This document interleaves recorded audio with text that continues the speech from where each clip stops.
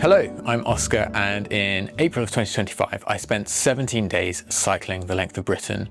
It was about 1,700 kilometres in all, starting from Land's End in the southwest corner of Cornwall and finishing at John O'Groats in the northeast corner of Scotland. And it was a brilliant adventure, completely grueling at times, and took me to some of the most beautiful parts of England, Wales and Scotland. I made a film about the trip, which is out now on YouTube and follows on from the film that I made last year about cycling the length of Japan. And one thing that I really hoped to do with both of those films was get more people into cycling and wanting to explore the world on their bicycle. So this video is all about answering a few questions to make planning easier for you if you would also like to take on this classic British cycle ride. So I go into things like how I plan my route, the best time of the year to do it, and how much this whole trip cost. And also as a bonus, I've also included a free download of all of my route files for each day of the trip to help you plan your own trip. First things first, why cycle Britain? I'll be honest, Britain has this reputation for bad weather, bland food, potholed roads, and some of that's true, but mostly the reality is that it's a fantastic place to cycle. The landscapes are phenomenal, particularly if you follow something that is close to my route that was really trying to go into the most remote places in Britain. There are castles and other historical sites pretty much everywhere you go, and also there is an ever-present cycle cafe culture, which means you're never short of a good flat white or a scone when you might need it most, and trust me, there will be times when you do need it. Across the country, there's increasingly good cycle infrastructure, including the absolutely fantastic National Cycle Network, which is a network of routes made up of quiet, relatively car-free roads and cycle tracks. The UK has a strong cycling culture itself that's given birth to numerous Tour de France winners and Olympic champions. And while they're not always perfect, most drivers are generally respectful of cyclists and will give you a wide berth when overtaking. If there are ever moments that you do get in trouble, in Britain you're never that far from a bike shop or someone with a few spare Allen keys, and there's also good infrastructure of trains and other public transport to get to the start and the finish line, or to have people come join you en route, which is what I did throughout my journey. I had friends join me at various different parts.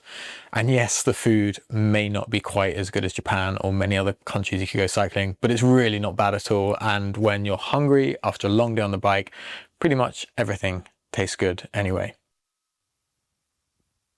The traditional end-to-end route of Britain is called Le Jog, Land's End to John O'Groats. Or if you're doing it from the opposite direction, so starting in the north and going south, it's called Joggle, so John O'Groats to Land's End. Le Jog was walked for the first time by two brothers in 1871, and it was cycled for the first time in 1886, and people have been trying it via different means ever since. Land's End is in Cornwall in the southwest of England. John O'Groats is at the northeast corner of Scotland. It doesn't really matter which way you go between them, but in theory, if you start at Land's End, you should have a prevailing westerly wind behind you. I do say in theory because this absolutely wasn't the case for us. We had strong northeasterly winds for pretty much the entirety of the trip, which did bring us a loss of blue sky and sunny weather, but also particularly strong headwinds, especially at the start in Cornwall. The nearest train station to Land's End is Penzance, which has trains that go direct to London, and the nearest train station to John O'Groats in Scotland is called Thurso, and that station connects to Inverness, and from Inverness you can then get all the way down to London. If you're getting the train with your bike, you will need to reserve a spot for your bike on the train, which is free of charge, but it is crucial to reserve to make sure that you have a space on the train for your bike. And when you're travelling to or from John O'Groats, there is a great overnight sleeper train that runs all the way to Inverness from London, which I'd strongly recommend taking. It takes you through some absolutely beautiful parts of the country.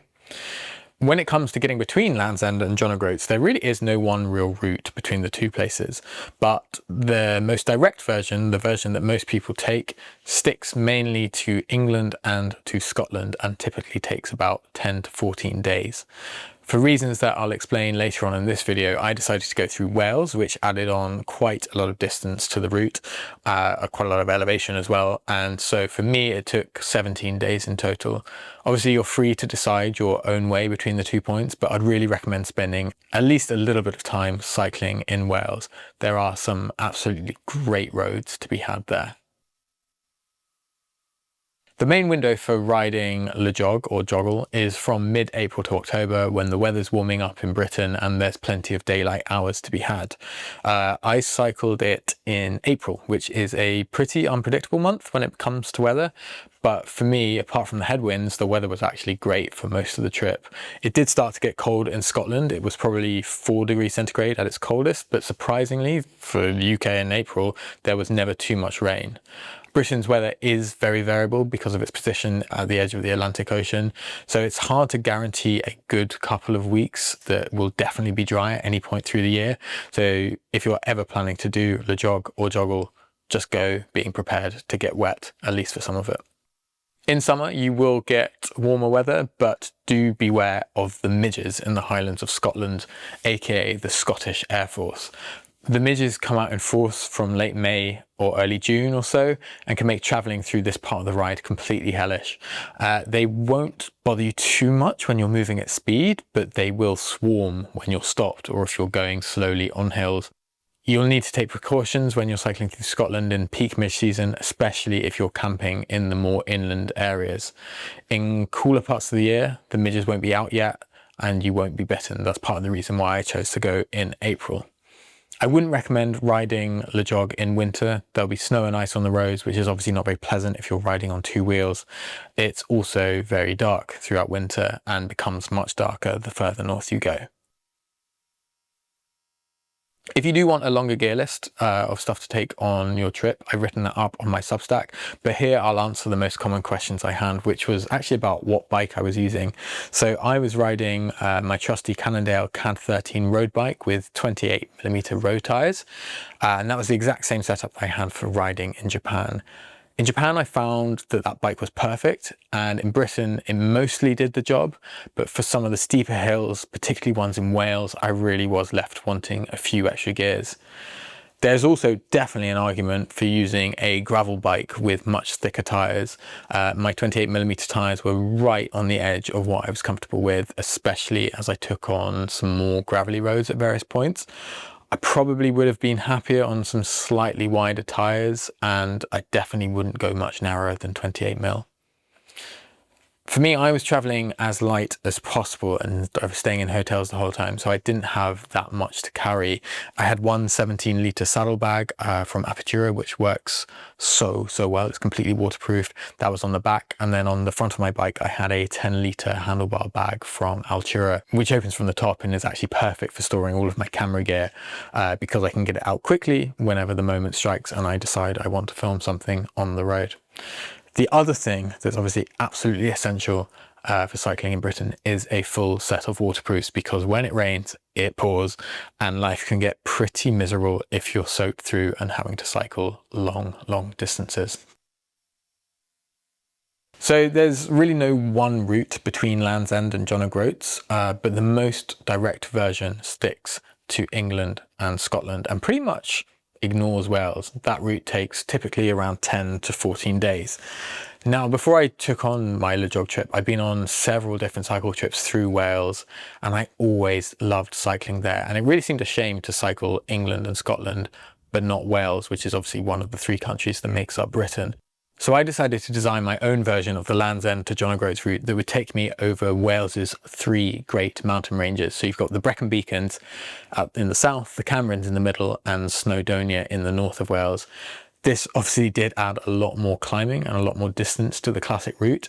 And between that and the filming that I was doing as I went, I finished the trip in 17 days total, averaging a little over 100 kilometers a day. There are so many highlights of the trip. I can't go through them all, but I particularly enjoyed the Cambrian Mountains in Wales because it has one of my favourite descents of the whole trip, as well as some completely brutal uphill gradients. And also I really enjoyed Glencoe. I think individually it was by far my favourite section of the trip. Honestly, everything north of Glasgow was excellent. In the south, closer to Cornwall, I also really enjoyed riding the Tarka Trail and Exmoor National Park. The Tarka Trail was completely segregated cycling, and Exmoor National Park was just beautiful, riding over these completely empty roads at the top of the moors. And Exmoor National Park also had my food highlight of the trip, which was dinner at the Exmoor Forest Inn. Highly, highly recommend it. One minor point of controversy that a few people have asked me about with my route is that on my trip I decided to take the train to get across the Bristol Channel, so to get from Weston-super-Mare in England to Cardiff, and I did that at the end of day 4. A lot of people asked me why I didn't just use the River Severn Bridge to cycle over the Bristol Channel, and the simple answer is that I didn't have the time. By including Wales in the trip, I'd already added 3 days to the standard 14-day itinerary, and cycling all the way around the Bristol Channel would have added a whole extra day of cycling. That was just time I didn't have. I had to get back to work on time. I was also working with other people's schedules, friends who were going to meet me on the way, so I had to make sure that I got to certain places by certain dates. Obviously you can cycle it, so if you have the time, by all means go ahead, to be truly completionist about the route. So the UK is actually surprisingly hilly, like not in a, oh look, there's the French Alps kind of way, but more in a consistent rolling hills and lots of hilly coastline type of way. My previous long distance cycle, as I mentioned, was through Japan, which has many, many more mountains than the UK. Something like 75% of Japan is mountainous, and many of those mountains are well over 3,000 meters tall. Yet despite Japan having significantly more mountains than Britain, I actually covered more elevation each day on my Le Jog cycle than I did on my cross Japan cycle. Only 6 out of 17 days on my Le Jog cycle had less than 1,000 meters of climbing. UK civil engineers also have very little sympathy for cyclists. They build roads straight up to the top of a 22% gradient, even if it means that the road becomes pretty much uncyclable on a loaded bike.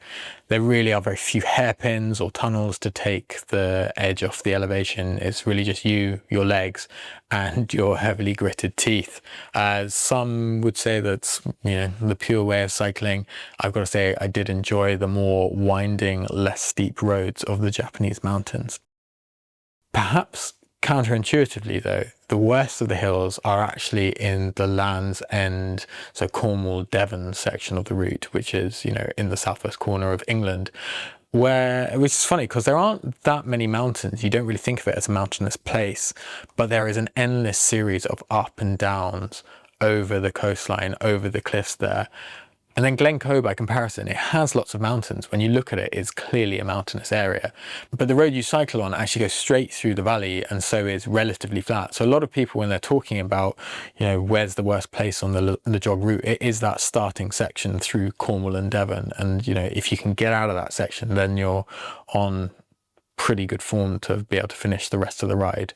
One extra note, obviously if you follow my route that goes through Wales, it is also spectacularly hilly. I did design it to go through the 3 main mountain ranges of Wales, so that did add on quite a lot of extra elevation. You can never really scope out all of the roads when you're going to cycle almost 2,000 kilometers, but there are some tips to finding more peaceful roads in Britain as you go. The first thing I did was actually take a look at the UK's map of the National Cycle Network. They have a website, they have a map on the website which shows all the different cycle routes across Britain. A lot of those routes are segregated cycle lanes or otherwise have been chosen to have absolutely minimal car traffic. So if you like being away from the cars but still want to be able to use a road bike and not be riding gravel or mountain bike stuff the whole way, this is probably the best place to start. The cycling directions on Google Maps are also incredibly useful for showing you low traffic routes through the various different countries. It's not always perfect, but by and large, Google Maps does a very good job for route finding. There are other services like Komoot as well, which is really good. If you would like to download the full GPX files of my route, the day-by-day steps to help you plan your own version of this cycle, I've put a link in the video description, or you can also follow me on Strava to find the routes there. So I wanted to do this trip in relative comfort and have somewhere warm and dry at the end of each day, and also somewhere where I could charge cameras and batteries and all that stuff. So I was staying in hotels throughout.